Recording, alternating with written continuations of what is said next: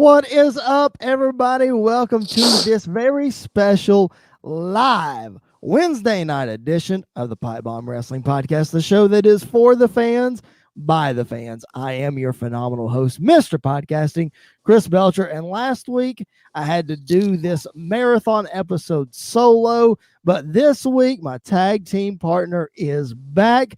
Ladies and gentlemen, my brother from another mother, Jared Justice, is live and in living color. Got to frame it up nice. How's it going, man? What is the haps, my friend? What is the haps? What is the haps, as Mr. Roberts would say? Got my old college roommate, Mike Irwin, already joining us. I like the hey yo Scott Hall reference. Thank you there, sir.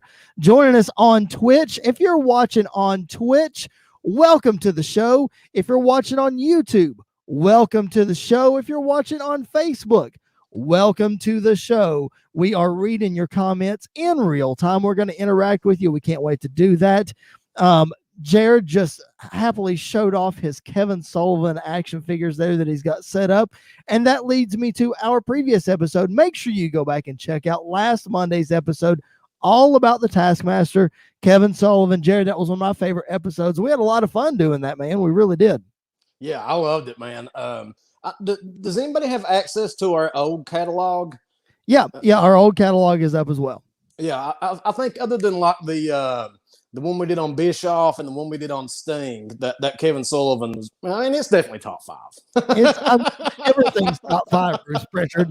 But speaking of that, make sure you go back and check out last Monday's episode about Kevin Sullivan. Make sure you check out our shows every Monday and Thursday. Hit that subscribe button. That way that you get an alert every time that a new episode drops, whether you're listening on Spotify, Apple Podcast, Anchor's website, Google Play, the whole 9 yards, or you're watching us on Facebook, on YouTube, on Twitch.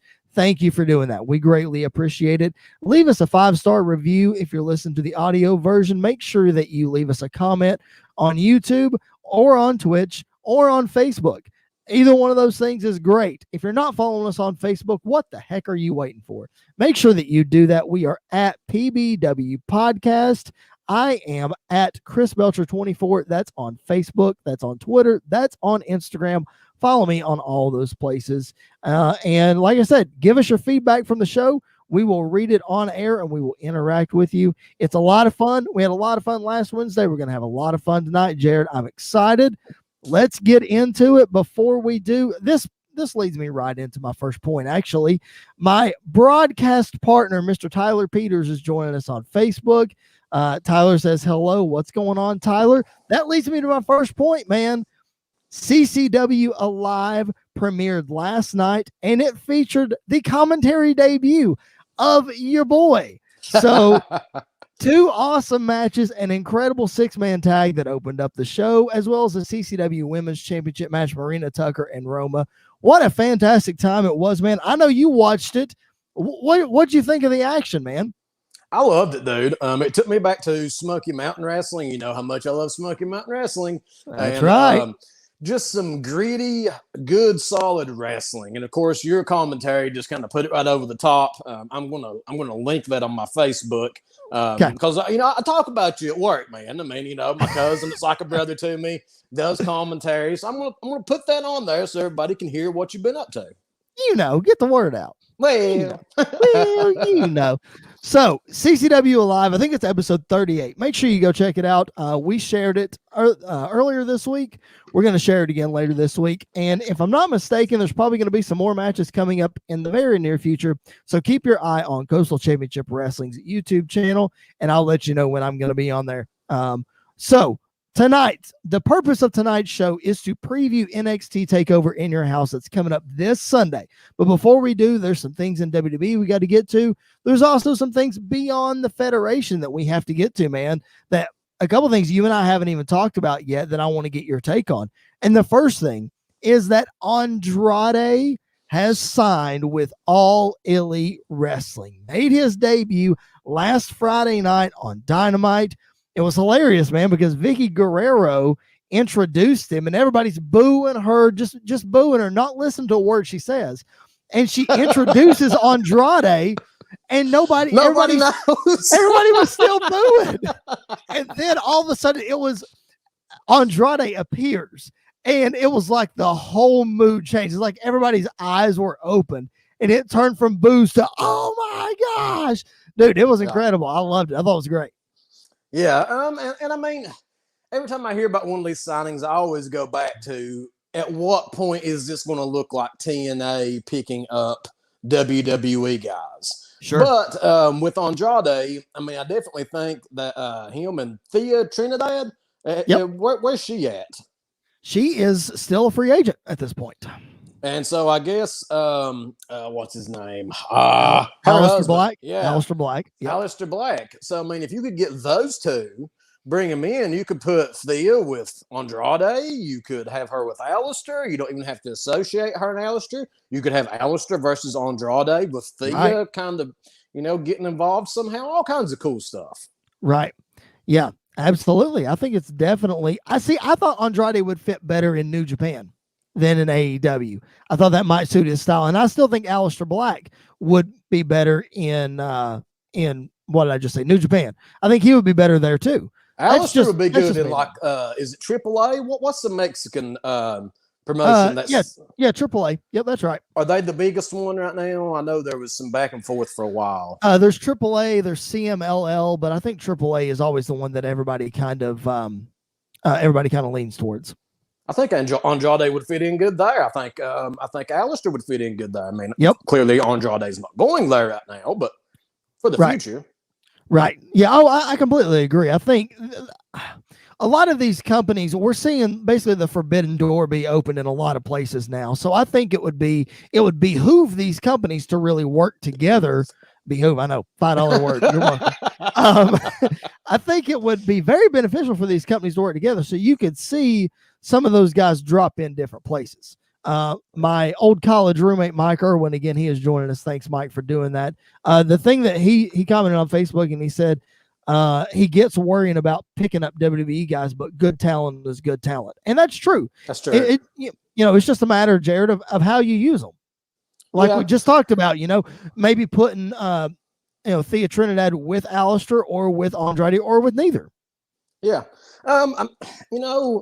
As long as you're doing compelling stuff with these talents that you acquire and you're not using them the same way that WWE did and kind of stealing that gimmick, I think you'll be okay. I do think there is a certain point that we're going to reach potentially where it's going to be like, okay, so this is like WWE light.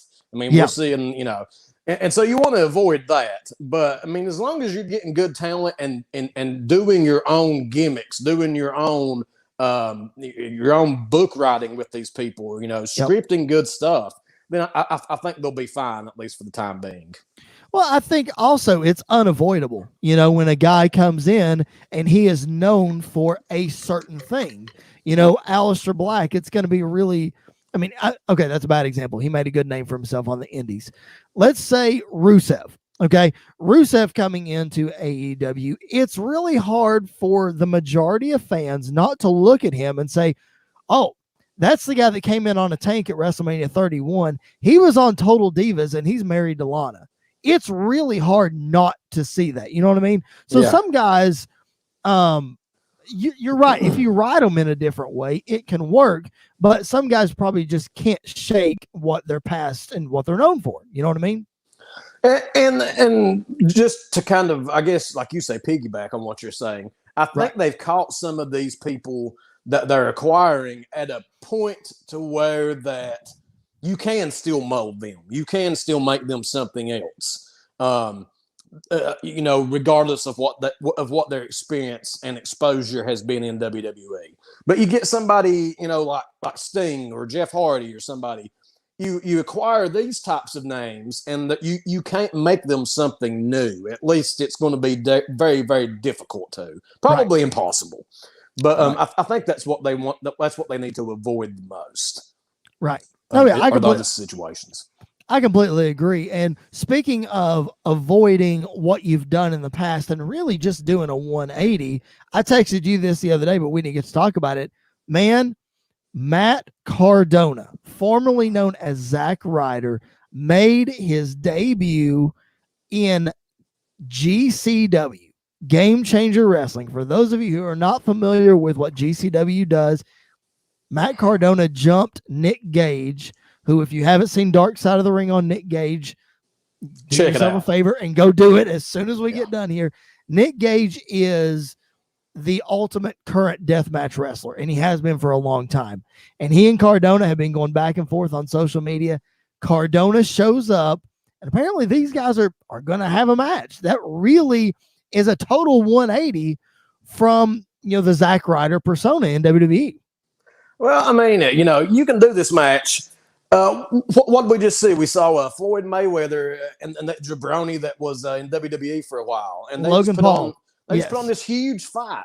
So why not, have this match that nobody's expecting? Zack Ryder and Nick Gage. I hope Nick Gage can make the most of this exposure and that he can ride this wave and not make his mistakes that he's made in the past once he.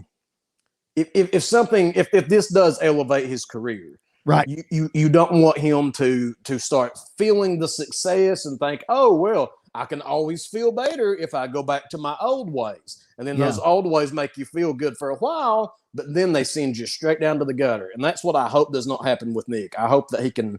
I wish this guy nothing but the best. If you watch his the video they did on him, I mean he's a class act guy. And just a good person at heart. And so I hope this thing just turns out to be something really cool for him and for all the fans too. He's a good person. He's just violent in the ring. Well, yeah, and he has his demons that many wrestlers have had, So sure he does, no doubt. Yeah, absolutely. I mean, it's not, you just hit the nail on the head without actually saying it. So I'll piggyback on what you said. This is not only a different kind of audience for Matt Cardona. This is big time exposure for Nick Gage as well, because Cardona has that name, and he has made, whether a lot of people know it or not, Matt Cardona has made a big name for himself since he was released from WWE last year at the beginning of the pandemic. He is arguably, I don't want to say he's as popular as he was in WWE, but as far as standing on your own, I would say he's more popular. You think so? Honestly, yeah. Well, what I'm saying, I guess, is that he provides a whole other audience for Nick Gage, for him to piggyback on this Dark Side of the Ring success and exposure. So this is really good for him. And like you said, hopefully he doesn't do anything to screw it up. Everybody has their demons, but man, I'm interested to see Matt Cardona take a pizza cutter to the face. I just am. I just am, because you know what's going to happen, right? Yeah, it probably is. I could go without seeing that. I would prefer like thumbtacks, maybe a bed of nails, maybe some fire. It's just that pizza slice to the. Oh man, that's hard. That's hard.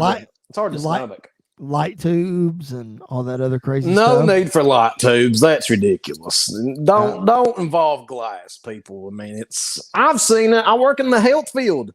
You get cut with glass and that stuff gets embedded, and then they got to pry it out. And I mean, you talk about pain. That initial cut isn't that bad. I've had glass pried out of me. It's digging it out. That's what hurts. Yeah. Well, I mean, we watched the Dark Side of the Ring where Nick Gage basically severed an artery and almost died because he got hit with a light tube. Yes. So, and then it goes on to show him hitting David Arquette, and David Arquette squirting a bunch of blood, He almost died. That was an artery. He cut it. I mean, my God. Come on, people. So Matt Cardona, you know what you're in for. I mean, light tubes are just going to happen. It's a Nick Gage staple. So it's going to happen. Okay. I'm just saying it is. All right, man. For those of you who are just now joining us, this is the Pipe Bomb Wrestling Podcast. We are live and in living color. I'm your host, Chris Belcher. That's my brother from another mother, Jared Justice. We appreciate you hanging out with us for as long as we're going to go tonight. We got a lot of stuff to cover. We have just covered everything beyond the WWE. If you want to check that out, make sure that as soon as this video is over, you rewind it. Go check it out. We'd love to hear from you. Interact with us. If you're watching, we'll read your comments, give you some feedback on what we are talking about. We love to interact with you guys. We drop shows every Monday and Thursday. Sometimes we go live. In fact, this Sunday, right after NXT TakeOver in your house, we will be live on all these same platforms that you see us on now. So make sure you tune in. We're going to get to NXT TakeOver in your house in just a minute. Mike Irwin kind of putting a bow on our conversation there about Matt Cardona and Nick Gage. He said that there's a huge difference between being hardcore and being dumb. And I mean, agreed.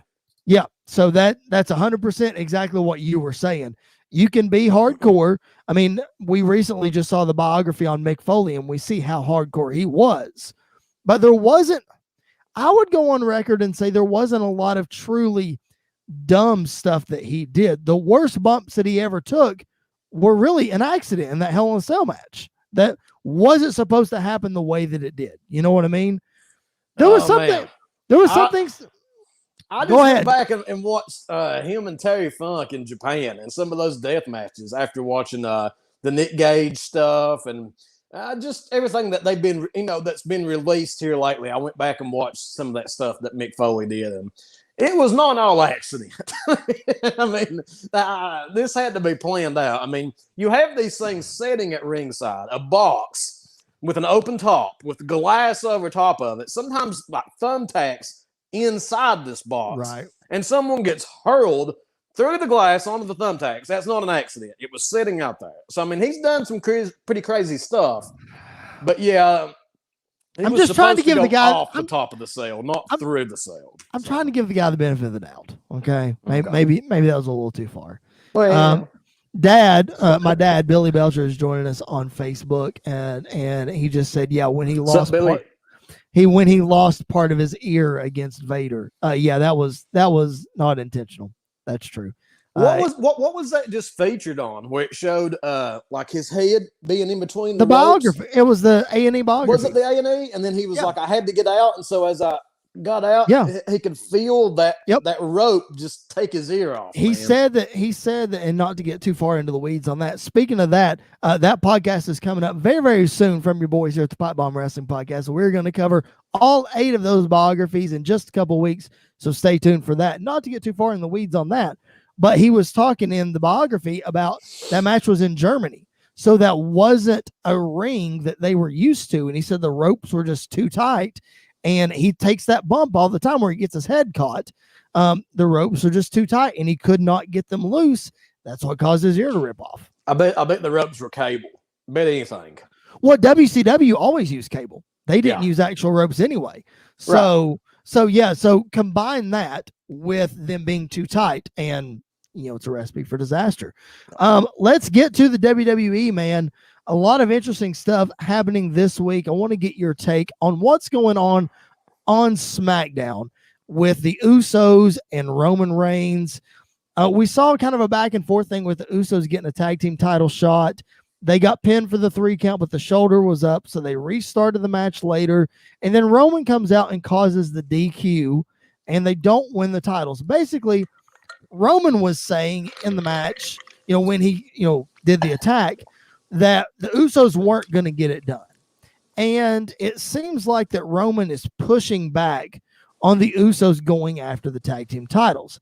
And the storyline is that maybe Roman's jealous because he doesn't want the Usos to have the tag titles. I understand playing that up, but at the same time, if you're a family dynasty, wouldn't you want everybody carrying gold? What do you think about all that? So here's my take on it. I think that Roman does not want Jey Uso to be closer to Jimmy or anybody else than he is to him.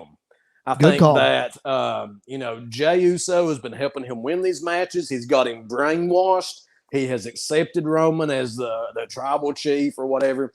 Sure. And so I think that he wants to keep Jey right where he has him. And now he's a little bit disturbed that Jimmy's here, and they're brothers, not only brothers, but they're twin brothers. They say twins have that, the whole mind reading thing and all that stuff. I think that he wants everybody to be the most loyal to him, and he is challenged by Jimmy right now. But don't you think? Good storyline. Sure. I don't know how I feel about it because here's where I'm at. You just mentioned they're brothers. Not only are they brothers, they're twin brothers. You know how big of a fan I am of the Usos. Right. I have a hard time. I think I said this on the stream last week. I have a hard time believing that these twin brothers are going to break up as a tag team. I just have a hard time believing that. So I don't know. Do you believe it, or do you think that's something that we should just, hey, it's part of the story kind of thing?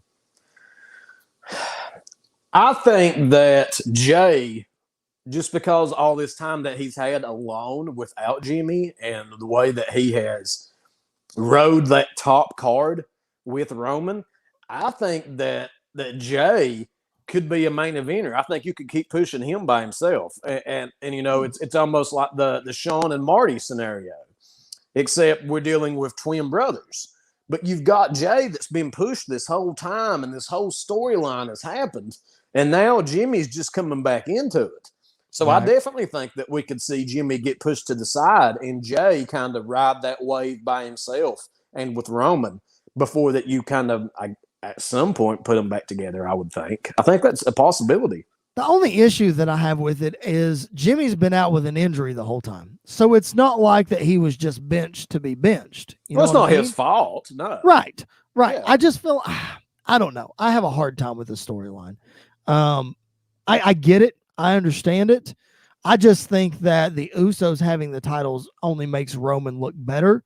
And if I'm looking at it, if the Usos have the titles and they're close again, that means that both of them are close with Roman and both of them are willing to help Roman. Whereas I guess Roman doesn't see it that way. I don't know. That's just my interpretation. The person on top, they always get portrayed. And we even saw it with Stone Cold in real life. You know, he was on top and he didn't want anybody around him.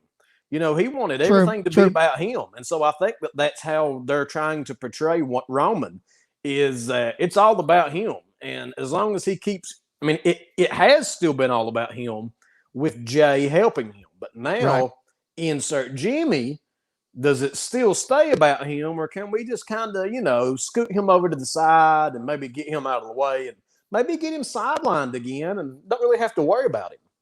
So you're saying that Roman's mindset is he says it's all about the family, but in all actuality, even when it comes to the family, it's about Roman Reigns. I get that. Yep. I get that. And again, the more heat that you pile on Roman Reigns, the bigger babyface he's going to be when he actually turns. So, I get it. I just have a hard time with it. I've always been a guy who, like, I want Roman and the Usos to be a faction together and be a cohesive unit and not have any, I guess you got to have rifts within the family. They're brothers. They fight, as, you know, Bruce Pritchard says about Brett and Owen. They're brothers. They fight. Me and you haven't fought that much. We're pretty much brothers. I guess we've had a couple times. Well, the trampoline. Busted my knee open one time. That wasn't cool. Put you in the sharpshooter. You tapped out. That's true. I did. It's very true. One more thing I want to hit on SmackDown real quick. I just want to get your take on this. And I'm probably in the minority when I say this. Again, we're live, so shoot me some comments if I'm wrong, but I'll take the heat. It's fine.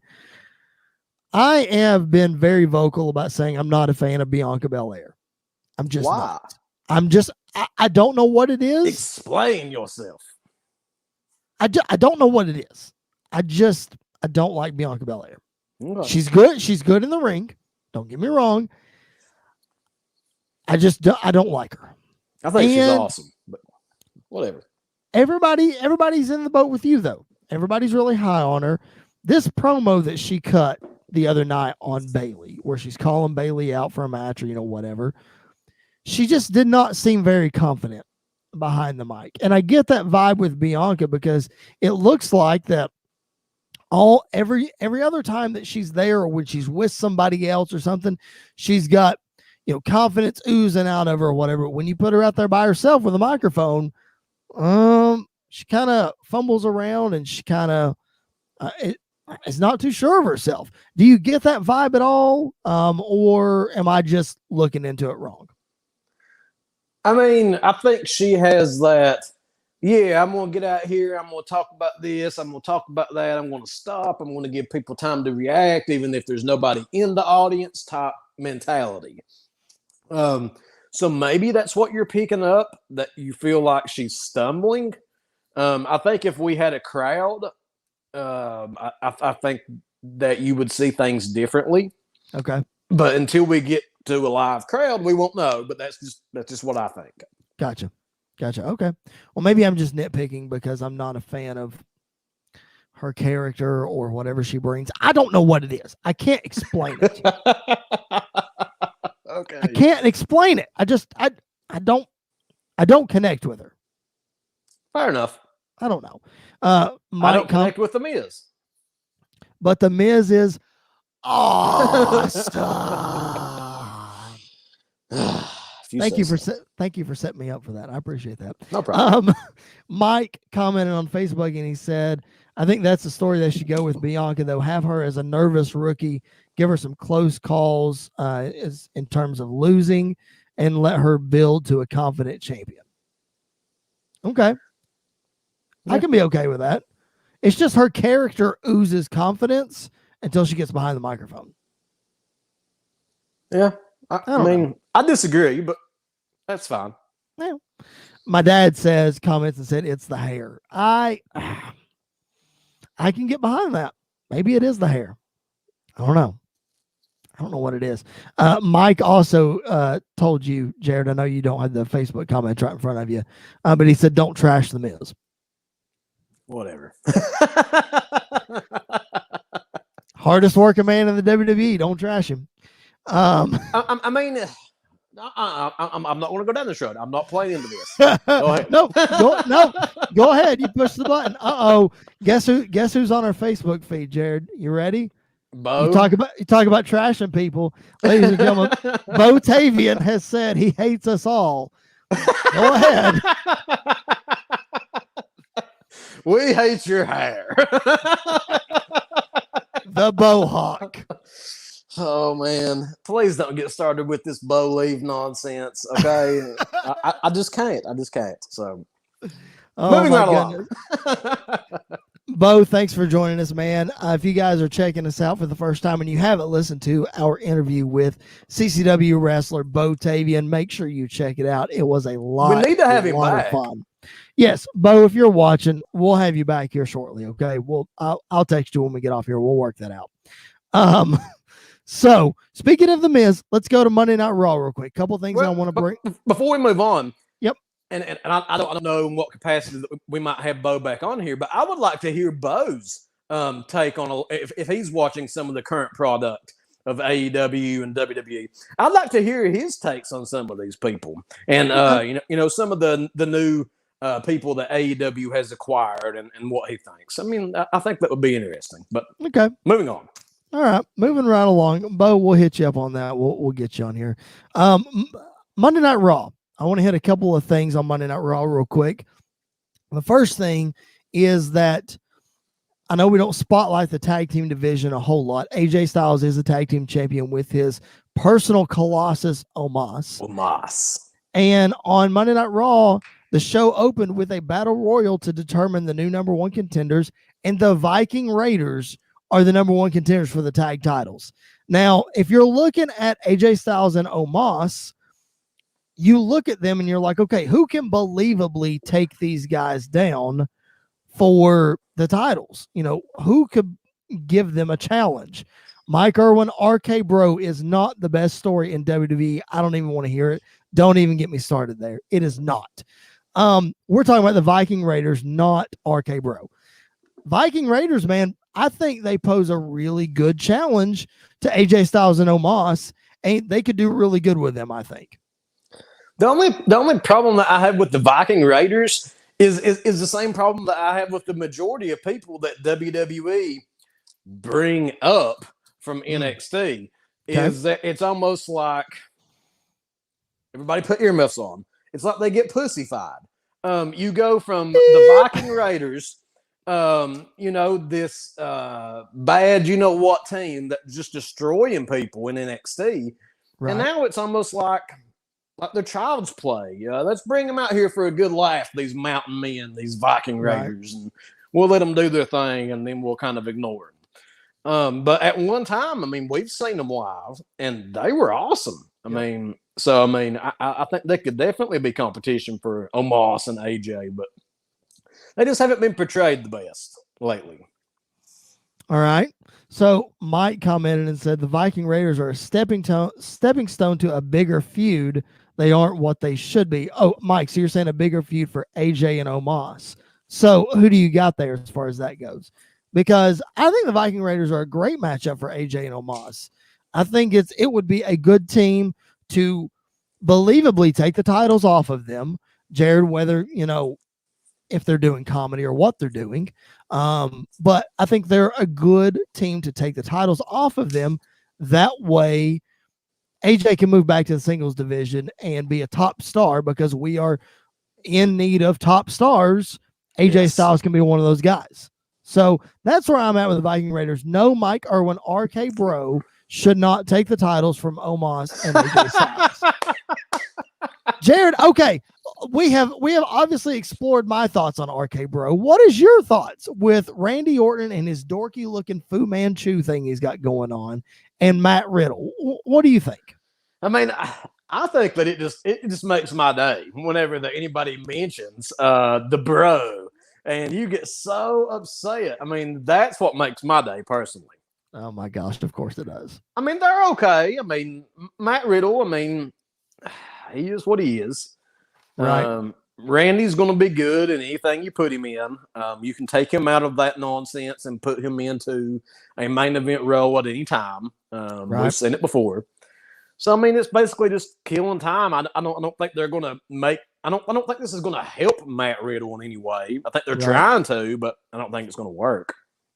Well, I will say this, as much as I don't like Matt Riddle, and you know that I don't, clearly I don't. I was highly entertained by their promos, on Monday Night Raw, where Orton was basically saying that, or he was trying to shut Matt Riddle up because he was going on and on and on. And the Miz went down the ramp in slow motion in the wheelchair, and it was hilarious.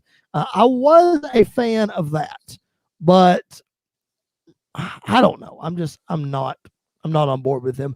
Talking about the goofy stuff, there's a conversation going on Facebook right now about the goofy feud with the Street Profits and the Viking Raiders, which I'm sure that's what you were alluding to.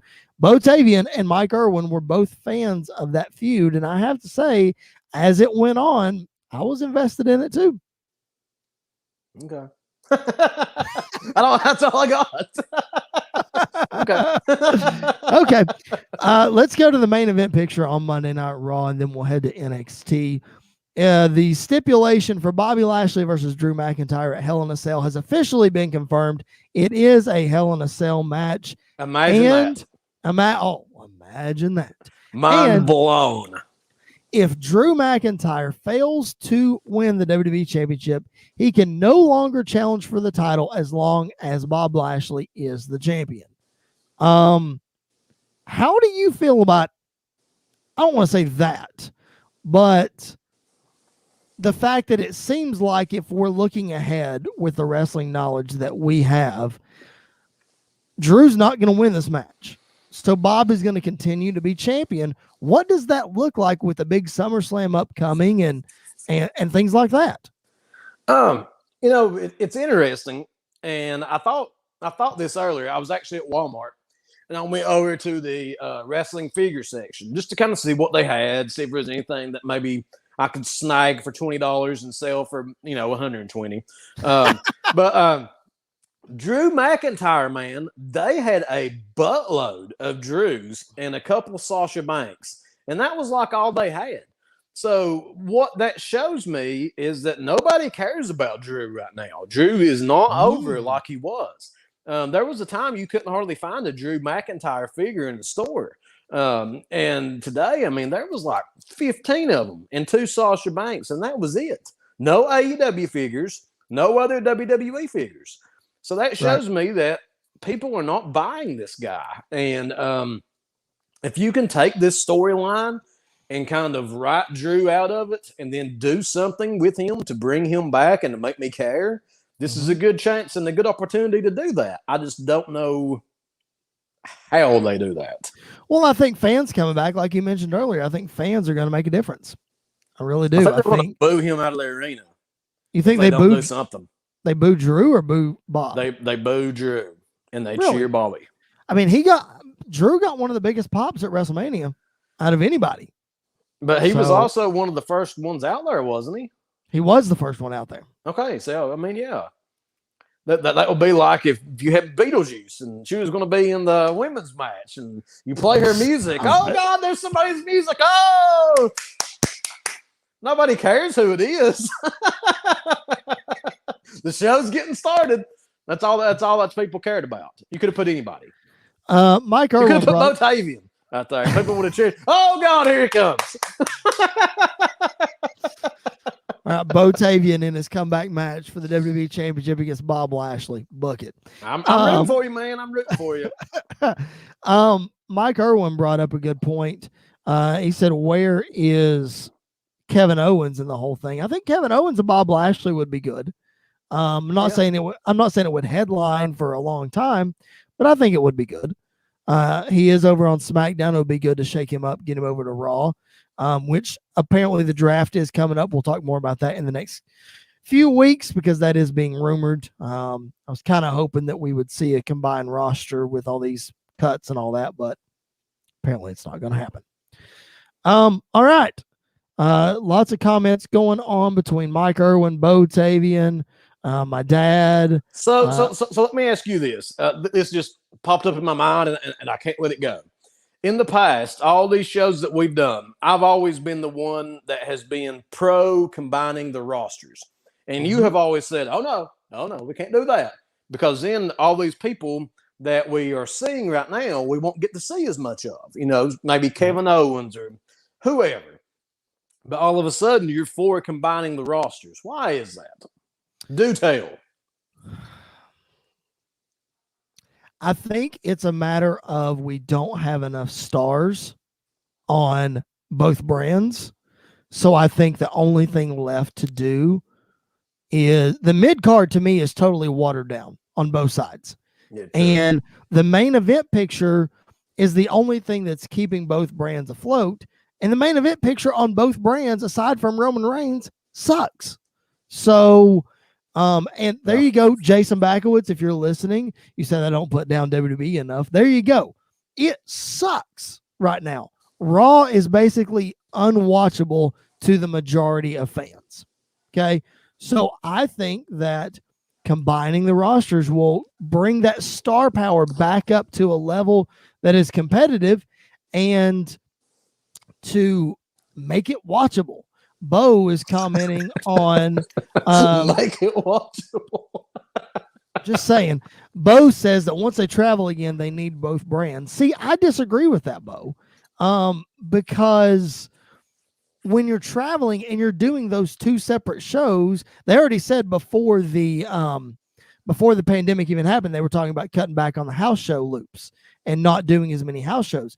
Well, if you have two separate brands, then you have to have two separate house shows. And we saw before the pandemic, they were losing money doing that. So I think if you're really thinking about it, combine both brands. You have SmackDown on Friday, you do house shows on Saturday, Sunday, you do Raw on Monday, and then that's it. That's your loop.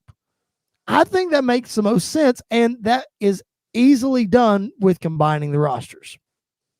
Well, I mean, I think you're finally getting to the point that I've been at for a while, which was that, and is, that WWE sucks so bad that you need to combine the two rosters to have a competitive. I mean, even though I guess they're just competing against themselves, right? But in order to have good matches on a regular basis where we don't see the same crap over and over, right. I mean, I think I'm still for combining the rosters. I was just curious as to why you just suddenly came to this revelation that I've been speaking on for like 5 years. I can let me put it this way. I can see both sides of it. Always have been able to and always will be able to. I just think now's as good a time as any.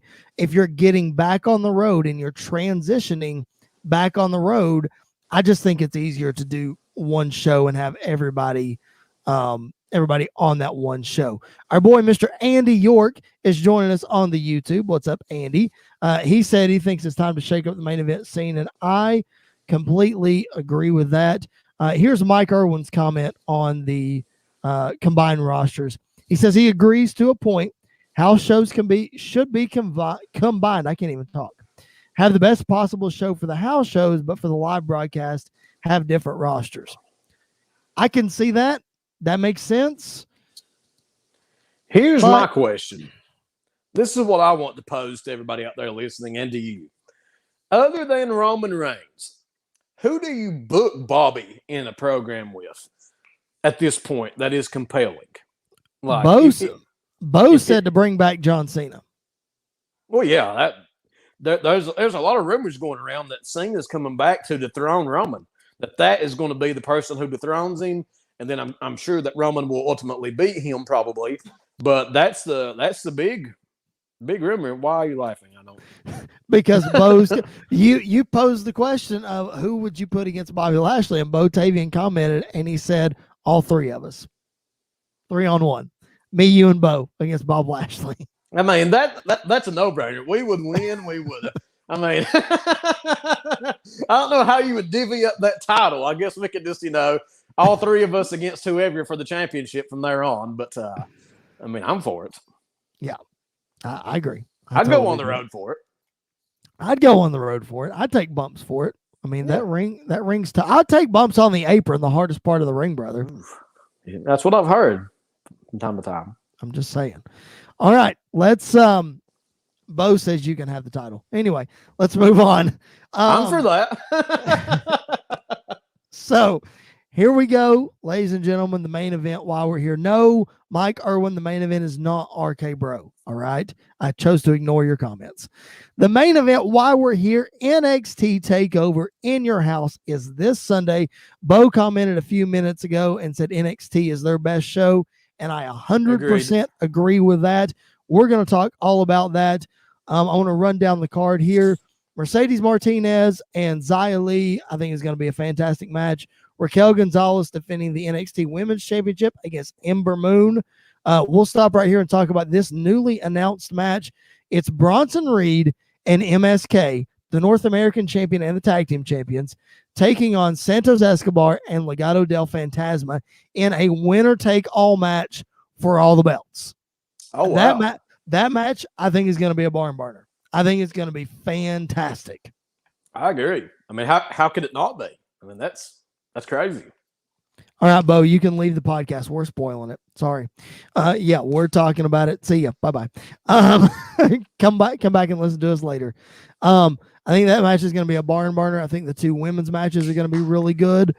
Cameron Grimes and LA Knight in a listen to this. How did you say that without saying Cameron Grimes like you love to do? I really had to contain myself from not saying Cameron Grimes. Gonna push him to the moon. I love that guy. He's my favorite.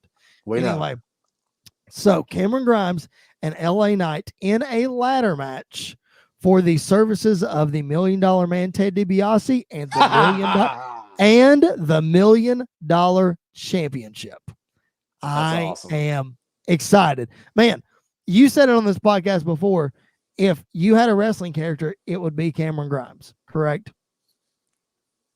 As much as I hate to admit that, probably yes. Bo Tavian says LA Knight's the future, not too big on Cameron Grimes. Bo Tavian, I'm telling you, man, you're really pushing my buttons here. Cameron Grimes is the man. All right. Cameron Grimes is the best on NXT. I think it's funny that he's trying to piss you off for once instead of me. I mean, I'm all for this. Right? I know. Jeez. Come on, Bo. No, man, in all seriousness, LA Knight, the former Eli Drake, somebody's going to correct me on that. I think that's right. From TNA, Impact, whatever. I mean, the guy always has had a great look. He really has. But Cameron Grimes just has this infectious personality. They basically turned him babyface overnight and nobody knew it. Yeah. And so somebody that you can do that with is fantastic. I mean, to me, you've got to ride the wave of Cameron Grimes. He's got to win the title here. I mean, I'm all for it. I mean, I think that he was one of these people that they did not see as being a big success, that all of a sudden, based on real life circumstances that they incorporated into his storyline. Correct. People were just like, "Oh my God, I love this man." And so here we go. I mean, and that's how a lot of your biggest stars have been made in the past, like Stone Cold, and just a lot of these people. You incorporate something based on real life and you build on it, and that is the easiest character for this person to portray because it's actually a part of them, and so they succeed at a high level. So I think he has a huge ceiling. For those of you who do not know what we're talking about, Cameron Grimes was injured for quite a bit of the pandemic. And he was injured for the whole GameStop stock market debacle type thing. And he actually bought in on GameStop and cashed in huge. So Cameron Grimes doing his money gimmick and whatever, that's not a gimmick. That is true. He cashed in on this GameStop thing and he actually made a bunch of money. So that's true. You're exactly right. Work in something that's true life, swing it into a storyline. And then I'm telling you, man, bringing in the $1 Million Man, Ted DiBiase, to this whole thing is just been icing on the cake. Because I was a Cameron Grimes fan before, but you bring in DiBiase and it really puts it, you ready? It puts it over the moon. Cameron Grimes. Jared loves it when I do and that. I'm logging off this podcast. What button do I hit? Don't log off before we can talk about the main event of NXT TakeOver in your house, a humongous fatal 5-way for the NXT Championship. You've got Karrion Kross defending his championship against Kyle O'Reilly, Pete Dunne, Johnny Gargano, and Adam Cole. Baby! I mean, I'm telling you, the last couple of weeks since Adam Cole has been back, it's like everything has flipped. There's a new edge to NXT. Adam Cole is causing chaos. It really is. I was thinking LA Knight because you said night. Adam Cole is causing chaos. I don't know if you saw the promo a couple of weeks ago or not, but in his return promo, he basically said, he was talking to Karrion Kross, and he said, "What is this brand doing for you to make you a star? They've got you the good-looking girl. They got you the cool music, the smoke, the cool lights, he the had cool the good-looking girl on his own. I mean, props to that guy." Well, that's true too. What I'm saying is, though, he said, Adam Cole said, "What is this brand doing for you? They're giving you all these things. What do they have to do for Adam Cole to make him look good? Ring the freaking bell." That was awesome. I mean, loved it. And this week, he's even like pushing more buttons on Karrion Kross and saying just different stuff about how he can't wrestle and how these other things. Now, I'm not saying that all these things are true, because Karrion Kross is clearly a monster. He's clearly somebody you can build around. But these things that Adam Cole's saying, it is, I mean, feels like Brock Lesnar. He's just right. not. Bo just commented, though, and he said it felt like a legit shoot. It really did. Yes, so it did. that was the game plan, I guess, and it's really bringing Adam Cole back up to that level that he once was. I'm telling you, man, this guy, he has the potential to be, and I know he needs to put on a little bit more body mass to maybe be believable, but I mean, this guy's like Shawn Michaels back in the day. Yep. It is not out of the realm of possibility that in the next 5 to 6 years, this guy is sitting at the top in the WWE. I don't think it takes that long. Well, the only bad thing is, how do you bring him onto the main roster and not let Vince destroy him? So I don't know if it's that NXT becomes the main brand and just completely overshadows WWE Raw, and he's sitting on top of that, or what happens. But I mean, this guy's like, I mean, he's good. I mean, he can. I'll say this, and this is a good way to be able to bring Adam Cole up and to really put him at the top, is just ring the freaking bell and let him go. Because I honestly think I'm going to go on record and say this again. We're live on here. Send me your hate comments. I don't mind at all. I'm going to go on record and say that the best wrestler in NXT history is Adam Cole. Bye-bye.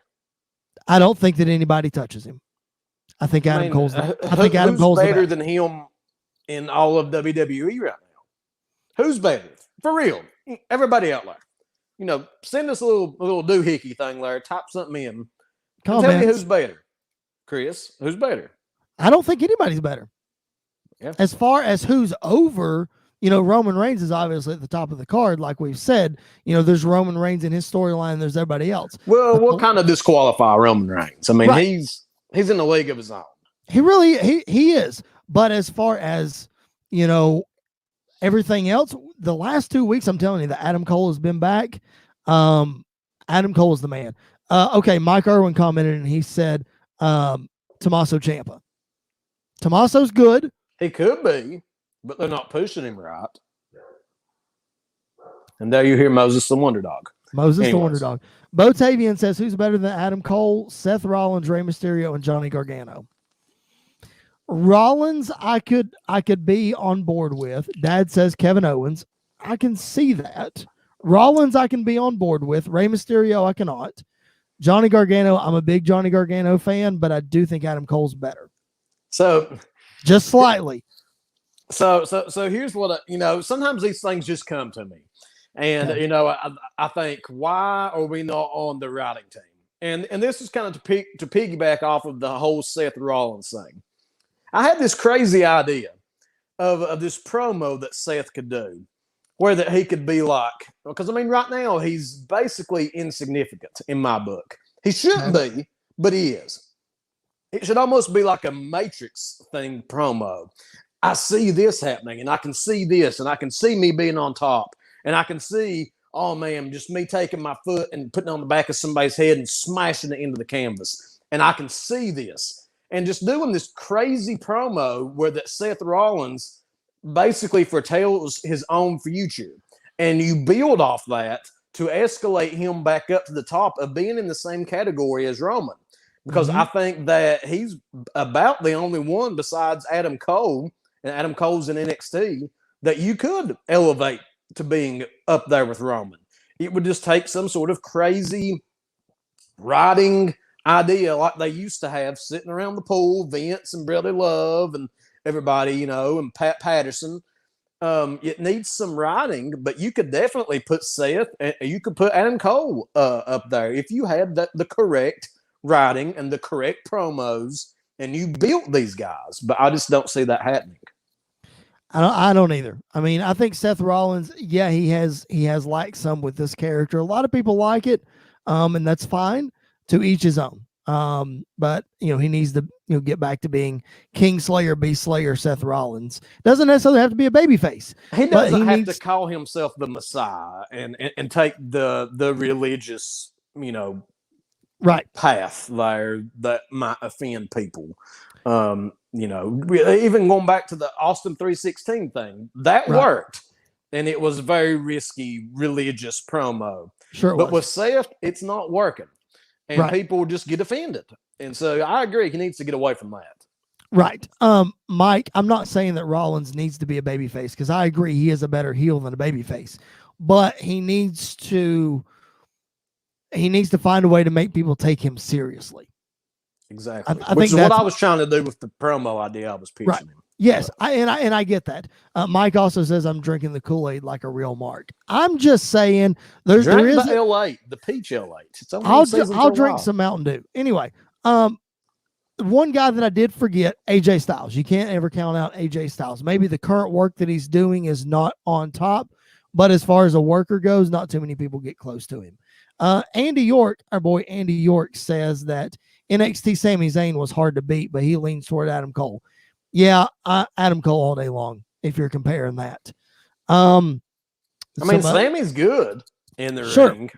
Yeah, that crazy persona where he looks like who's the dude that you see painted everywhere? It's like some dude back in the day that was some sort of like political leader, And Sami Zayn looks just friggin' like him. I have no idea who you're talking about. I'll think of it here in a minute. Somebody let me know. Somebody.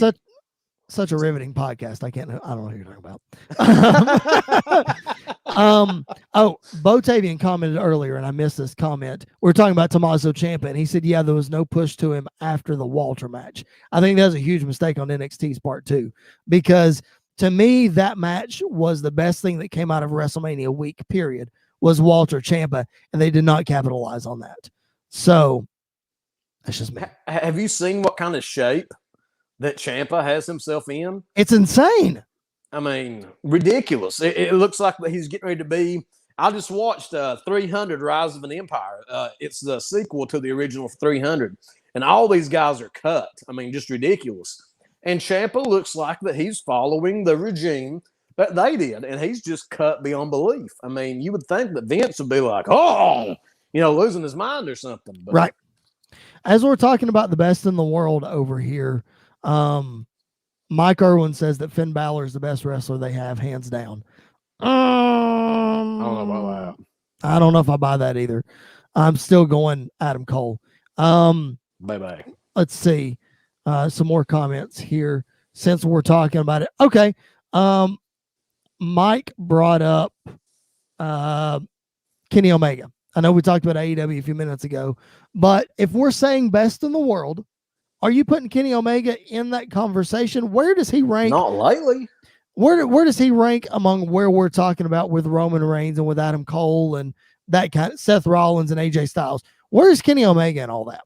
I mean, whenever he was still like doing his stuff in Japan, he could have been right up there with a Roman Reigns and Chris Jericho. I mean, the match he had with Jericho was phenomenal. Mm-hmm. Seth Rollins, I mean, get me that match. Yep. But I mean, AEW, man, they dropped the ball. I mean, of all the mistakes that you can say AEW has made, what they've done with Kenny Omega and just not letting him be, what was it he used to call himself? Like he was the best bout machine. Yeah. I mean, he just hasn't been, man. I mean, who is he? His stuff with Moxley has been good. Yeah. It's been good, but it's not been like downright phenomenal. I think you just mentioned all these WWE names that you could put Kenny Omega with.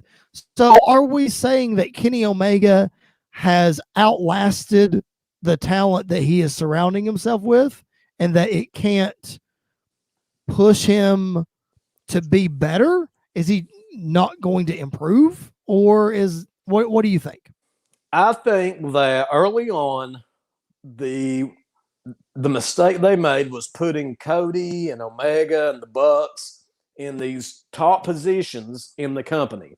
And I think it was almost like a challenge maybe that they made to themselves of we have to elevate everybody else above what people think of us, and then we'll kind of play catch up, and then we'll start putting on these good matches and these crazy 5-star matches in the Tokyo Dome in the middle of winter with fireworks going off and crazy girls dancing around the ring and just the best of the best, you know.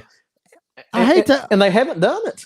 I hate to comment or harp on AEW. I don't know Andy's gonna know exactly what I'm talking about here because I've talked about this before. Mike even brought this up. The only reason I'm bringing it up is because Mike made a comment and said that they're afraid to push Omega because he's an owner. And I've said that since the beginning of AEW. You have to push your best wrestlers regardless of their position in the company. And he's probably their best wrestler. Exactly. He's their Shawn Michaels in the 90s and even in the early 2000s. Speaking of Shawn Michaels, I'm so glad that you brought him up. Botavian commented a little bit earlier, and he said he's always been conditioned. He's just small. And I think Bo was talking about Adam Cole. They said the same freaking thing about Shawn Michaels. Yeah, but Adam Cole, and it shouldn't matter, you know, but Adam Cole he does not have that body mass. There was a time, if you go back in Shawn Michaels' career, where he kind of became chubby Shawn. Oh, he definitely was. And he was doing steroids during that time. It's kind of common knowledge. I mean, it's come out. I'm not saying that. That's just what everything I've read has told me. Right. Whatever. But then he kind of trimmed back down, and he had that body mass from before, trimmed it up, and he looked a little bit bigger. Right. I'm not saying that's what Adam Cole should do by any means, but Shawn just kind of looked a little more broad, kind of looked like he had a little bit more mass on him. Yep. And so, I mean, Adam Cole, he needs to put on some size, and you can do that without doing steroids, but that's just probably what it's going to take. He does. Not that that's fair. This has been a fantastic discussion. But Jared, let's wrap this up by making a prediction for the NXT Championship match for NXT TakeOver in your house. Andy commented a little bit earlier. Andy, I saw this comment and I was saving it to the end. He said he thinks Cross loses and goes to the main roster. I think that is very, very possible. But who does he lose to? Give me your prediction as to who walks out of the event with the championship. I think Karrion Kross doesn't lose. I think we keep building him up, and then he goes on to the main roster or down to the main roster later. I mean, that's my prediction. I'm with you. I don't think Kross loses this match. I think I would like to see Kross go to the main roster. I really would, especially in front of fans, because he has that, his whole, I'm not going to use that word because that sounded very vulgar. His whole persona with him. Please use the word. Now everybody's wondered. It's like Bruce says, now you got to tell the story. I was going to use the word package, but that was the wrong word. Anyway. You know, Lex Luger used to be the total package. We all know what you're talking about. But I was going to We're adults here. Never mind. Anyway, his whole persona with Scarlett, with the entrance, with the lights, and with the tattoos, and he's jacked up. I mean, in front of fans, that's a great persona to have. I can see that going to the main roster, but maybe not right away. I mean, that's kind of what I was trying to say, I guess, without putting in all the detail. Is just that I don't think it's time. No, I think if you're moving anybody up to the main roster right now from NXT, it's you're moving Finn Balor back up. I think Finn Balor has spent a year in NXT doing his thing, making himself relevant again, and he can now go to the main roster, maybe challenge Roman Reigns, or maybe challenge Bob Lashley or Drew McIntyre or whoever. I think that would be the way to go. But you're saying Karrion Kross wins, correct? Correct. Okay. Yep. I think Karrion Kross wins as well. All right, man. We have covered a whole lot. Bo Tavian, Mike Irwin, my dad, Andy York, all of our faithful listeners have been great participants tonight. If you guys got more stuff, leave us those comments. We greatly appreciate it. If you are checking us out while we're not live, if you're listening later on, we appreciate you doing that too. Make sure you drop us a line on social media. We are at PBW Podcast on Facebook, Twitter, and Instagram. I forgot to mention this up front, Jared. I can't believe I forgot. Buy a dang t-shirt. ProWrestlingTees.com/PBW Podcast. What the heck are you waiting for? Make sure that you subscribe to our show. Leave us a 5-star review. How many, Jared? Not 1, not 2, not 3, not 4, but 5. 5-star review. That greatly helps the show. We appreciate it very much. Make sure that you are subscribing on YouTube, subscribing on Twitch, follow us, all those fun things. Our shows drop every Monday and every Thursday. Jared, we covered a whole lot of ground tonight. Anything that we left out that you want to add before we sign off? Is our turd sandwich shirt, is that fixed? Because I still want that shirt and I don't have it. No, it is not fixed, and I'm going to fix it. Thank you for fixing that, Andy. I will fix it. Listen, I'm so glad you mentioned that because I almost forgot to hand out high spots and turd sandwiches for this week. I can't believe that I almost forgot. That's what I get for not. I'm never prepared for these, even though you make me do it every time. All right, I'll go first. I'll go first on both, and then that way maybe you can take off of what we talked about and that kind of thing. All right. My turd sandwich of the week was honestly, let's see. I'm going to go with the Bianca Belair promo. I figured. That's just, I just cannot shake that I get that she's young. I get that they're, working with her and all that kind of stuff, I just can't shake it that, I don't know, everybody has a bad night, I guess. But if I had to pick one thing from all the shows this week, it'd be the Bianca Belair promo. What about you? Anything come to mind as a turd sandwich for you? I mean, I guess based on the reviews that I've read from Raw, you can make the argument that it's both like a turd sandwich and that it's also one of the best things, the high spot of the week. It was very different. People still are saying that it sucked, but it was different. And so, right. I mean, I think that's a high spot, is that at least people are talking about it. I mean, right. At least people care for once. Yep. That's true. So, I mean, that would be, I guess, my turd sandwich and my high spot. Mike says Alexa Bliss as the turd sandwich of this week. I can never give her the turd sandwich. It's Alexa Bliss. She can do no wrong. Of course. Send your hate comments for that one, because I know I'm going to get them. All right. My high spot for this week, I am going to go with the segment with Cameron Grimes, Ted DiBiase, and LA Knight. Cameron Grimes. I know you are so surprised that I went with that as my high spot this week, but go check it out if you haven't. Actually, you know what my high spot is for the week? Chris Belcher's commentary on CCW Alive Wrestling. That's my high spot for the week. Go check out Coastal Championship Wrestling on YouTube and listen to. Here's your own horn, and he just went toot toot. I'll give myself a pat on the back there. Yeah, for sure. I'm the high spot of the week. That's what I do. All right, Jared. Man, this was a lot of fun. We need to do this more often, right? I agree. Yep. This was a lot of fun. All right, guys. Thank you all for joining us on the Pipe Bomb Wrestling Podcast live edition as we give the old Larry Sabisco wave. He is Jared Justice. I'm Chris Belcher. Thank you so much for checking us out, and we will catch you guys down